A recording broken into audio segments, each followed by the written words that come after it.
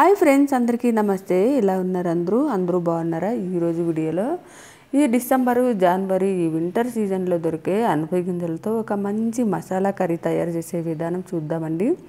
చాలా ఈజీగా, చాలా టేస్టీగా, చాలా ఫాస్ట్గా చేసేసుకోవచ్చు. ఈ కర్రీ మాత్రం చాలా బాగుంటుంది.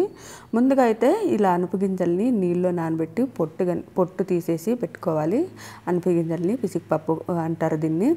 అవి రెడీ చేసుకున్న తర్వాత మనము ఇప్పుడైతే మసాలాని రెడీ చేసుకోవాలి.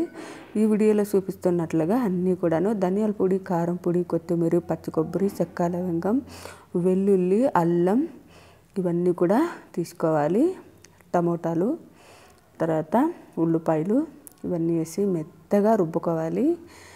ఇలా మెత్తగా రుబ్బుకున్న మసాలా పేస్ట్ని పక్కన పెట్టేసుకొని స్టవ్ పైన ఒక కడాయి పెట్టుకొని అందులోకి కొద్దిగా నూనె వేసి, నూనె బాగా వేడైన తర్వాత ఆవాలు, ఉల్లిపాయలు, కరివేపాకు వేసుకొని బాగా ఫ్రై చేసుకోవాలి. ఉల్లగడ్డను కూడా వేసుకొని ఫ్రై చేసుకున్న తర్వాత మనం రుబ్బు పెట్టుకున్న మసాలా పేస్ట్ని కూడా వేసుకొని మిక్స్ చేసుకొని పచ్చివాసన పోయేంత వరకు ఫ్రై చేసుకున్న తర్వాత మనం ఇందాక రెడీ చేసి పెట్టుకున్న అనప గింజలను కూడా వేసుకోవాలి. పొట్టు తీసేసిన అనప గింజలు కూడా వేసుకొని కొద్దిగా నీళ్ళు పోసి అందులోకి సరిపడినంత ఉప్పు వేసుకోవాలి. టేస్ట్కి సరిపడినంత ఉప్పు వేసుకొని బాగా మిక్స్ చేసుకొని ఇంకొద్దిగా నీళ్ళు పోసి ఒక 10 నిమిషాలు ప్లేట్ మూసిపెట్టి బాగా ఉడకపెట్టుకోవాలి.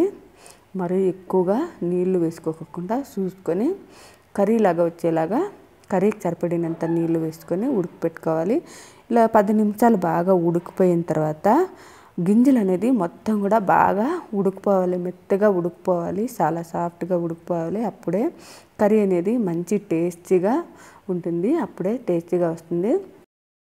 చాలా ఈజీగా, చాలా టేస్టీగా ఉండే అనపగింజల మసాలా కర్రీ రెడీ అయిపోయినట్లే. ఈ కర్రీ దోశలకు కానీ, చపాతీలకు కానీ, పూరీలకు కానీ, ఈవెన్ రైస్లకు కూడా చాలా బాగుంటుందండి. ఈ సీజన్లోనే దొరికేది. తప్పకుండా మీరు కూడా కొనుక్కొని చేసుకొని తినండి. అప్పుడే ఈ టేస్ట్ అనేది తెలుస్తుంది. చాలా బాగుంటుంది. ఈ వీడియో కనుక మీకు నచ్చినట్లయితే లైక్ చేయండి, షేర్ చేయండి, అలాగే సబ్స్క్రైబ్ చేసుకోండి. Thank you for watching.